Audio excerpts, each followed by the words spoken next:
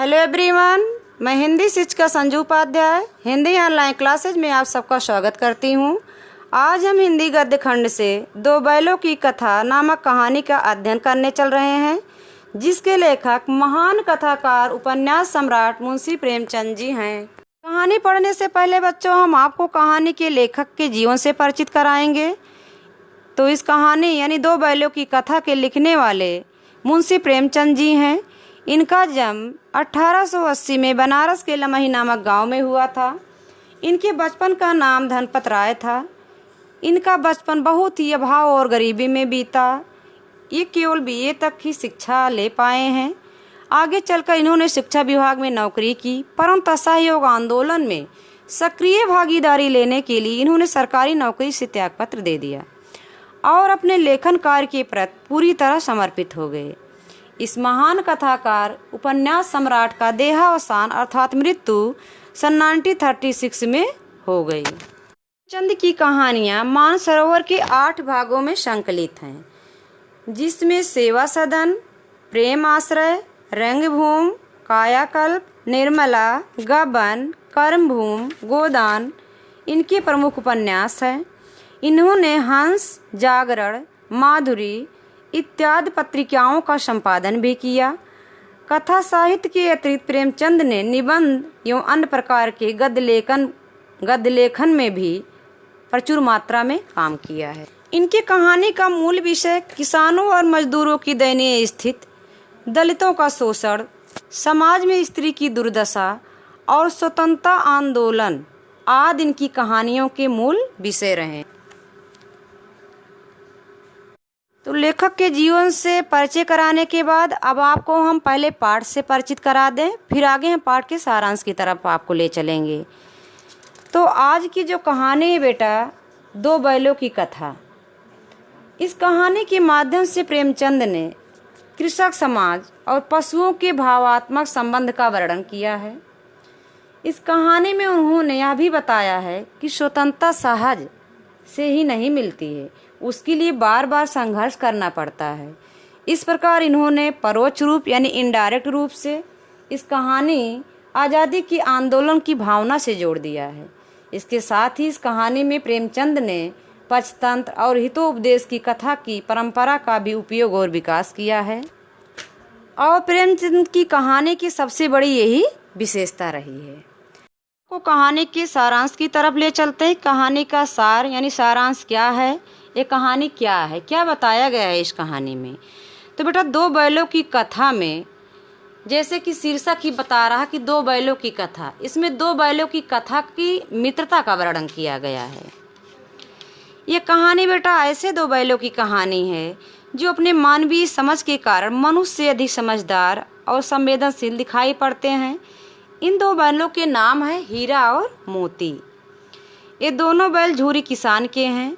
झूरी उनको अच्छी तरह देखभाल करता है, वे भी झूरी से बहुत ही प्रेम करते हैं। दोनों बैलों की आपस में बहुत ही घनिष्ठ मित्रता है। दोनों एक दूसरे को चाट कर सूंघ कर अपनी थकान मिटा लिया करते हैं। एक साथ ही दोनों नाद में, नाद कहते हैं बेटा जिसमें पशुओं को चारा डाला जाता है, तो दोनों एक ही साथ नाद में मुंह डालते और एक ही साथ हटाते भी थे। वो आंखों में यानी इशारों से ही एक दूसरे के मन के भावों को समझ जाया करते थे। एक बार झूरी के साला हीरा और मोती को लेने के लिए आया और झूरी ने उनको अपने ससुराल भेजने का निश्चय किया, लेकिन दोनों बैलों को वहां जाना पसंद नहीं आया। हीरा मोती को लगा कि झूरी ने उन्हें बेच दिया है। झूरी के साले गया को उन्हें ले जाने में बड़ी परेशानी हुई। हीरा मोती जब रास्ते में जा रहे थे तो उन्हें रास्ते में गया को यानी झूरी के साले को बहुत तंग किया। कभी वो दाएं भागते, कभी वो बाएं भागते। बहुत कठिनाई से गया उनको अपने घर ले गया और परेशान करने के कारण ले जाकर गुस्से के मारे उनके सामने रूखा सूखा भूसा डाल दिया। पर दोनों बैलों ने उस रूखे सूखे भूखे की तरफ मुंह भी ना किया। दूसरे दिन झूरी का साला गया पुनः बैलों को ले जाने के लिए याद धमका। अब की बार उसने गाड़ी में जोत कर ले जाने का निश्चय किया। फिर भी गाड़ी में जोते जाने पर भी दोनों बैलों को ले जाने में उसे बड़ी परेशानी हुई। कभी दोनों बैल दाएं भागते, कहीं बाएं भागते। एक बार तो मोती ने हीरा से कहा इशारे से कि क्यों ना इसको गड्ढे में ढकेल दिया जाए, पर हीरा समझदार था। उसने कहा ना भाई, इससे अपनी जान का भी खतरा हो सकता था। किसी तरह से गया उनको ले जाने में कामयाब हुआ और ले जाकर के उनको मोटी मोटी रस्सी में बांध दिया और सामने खाने के लिए सूखा भूसा डाल दिया। बैलों का अपने जीवन में कभी ऐसा अपमान हुआ नहीं था, क्योंकि झूरी उनको खली और दाने के साथ बड़े प्रेम से खिलाता था। वो इस सूखे भूसे को देख करके उसकी तरफ मुंह भी ना किया। सारी रात वो ऐसे बैठे रहे। दूसरे दिन बड़े तड़के ही गया ने उनको हल में जोत दिया, पर दोनों ने मन में निश्चय कर लिया कि एक कदम हम आगे नहीं बढ़ेंगे। वो लोग एक कदम भी आगे नहीं बढ़े, बिल्कुल अड़ गए अपनी जिद पर। गया ने उन्हें खूब पीटा। वह गुस्से से बेकाबू होकर के पीटने लगा। जब दोनों बैल ना सह पाए तो हल समेत भागने लगे। रस्सी टूट गई, हल टूट गया, जुआ टूट गया, सब टूट कर इधर उधर हो गए और दोनों बड़ी कठिनाई से फिर गया की पकड़ में आए।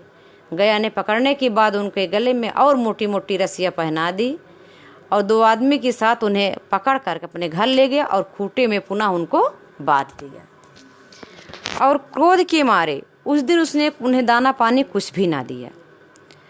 अब गया का परडे का वही हाल हो गया कि उनको सामने बैलों के सामने सूखा भूसा खाने को देता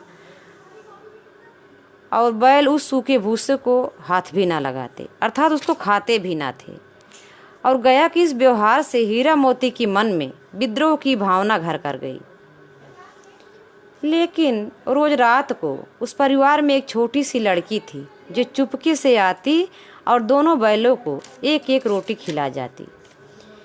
उस छोटी लड़की का स्नेह देख करके उन दोनों बैलों का पेट भर जाता था, जबकि उनका पेट इतना बड़ा, एक रोटी से उनकी भूख क्या शांत होती।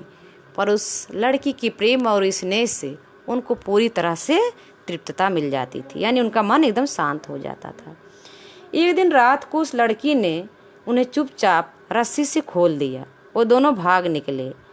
गया ने साथियों समेत उन्हें पकड़ने की बहुत कोशिश की, पर वो दोनों बहुत दूर निकल गए। भागते भागते दोनों बैल एक मटर के खेत में घुस गए। उन्होंने पेट भर करके उस मटर में खाया और मस्ती करने लगे। तभी एक साढ़ बेटा बैलों की ही प्रजाति का होता है, लेकिन उनको हल में नहीं जोता जाता, अर्थात इनको पालतू नहीं बनाया जाता, इनको खुला छोड़ दिया जाता है, जिससे बहुत ही मोटे हो जाते हैं और उनको साढ़ की संज्ञा दे दी जाती है। तभी एक साढ़ उस तरफ आता दिखाई दिया। साढ़ को देखकर हीरा मोती पहले तो डरे, लेकिन बाद में दोनों ने योजना बनाई कि क्यों ना मिल करके उस साढ़ से अच्छी तरह मुकाबला किया जाए। साढ़ जब एक बार हीरा पर झपटता तो दूसरी बार मोती उसके पीठ में सींग चुभो देता। अंत में बहुत देर तक साढ़ हीरा और मोती से लड़ते हुए अधमरा होकर के गिर गया। संगठित शक्ति से दोनों बैलों ने विजय पाई, अर्थात दोनों में मित्रता थी, दोनों में संगठन था। इस संगठन के कारण दोनों बैलों ने साढ़ को हरा दिया। साढ़ से जीतने के बाद दोनों पुनः आगे बढ़ गए और दोनों भागते भागते पुनः भूख से व्याकुल हो गए।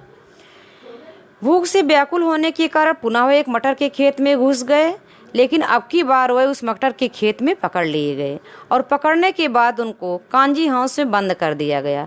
बेटा, कांजी हाउस उस जगह को कहते हैं जहाँ आवारा यानी पालतू पशु जो नहीं होते, उन पशुओं को आवारा पशु कहते हैं, जहाँ आवारा पशुओं को पकड़कर बंद कर दिया जाता है।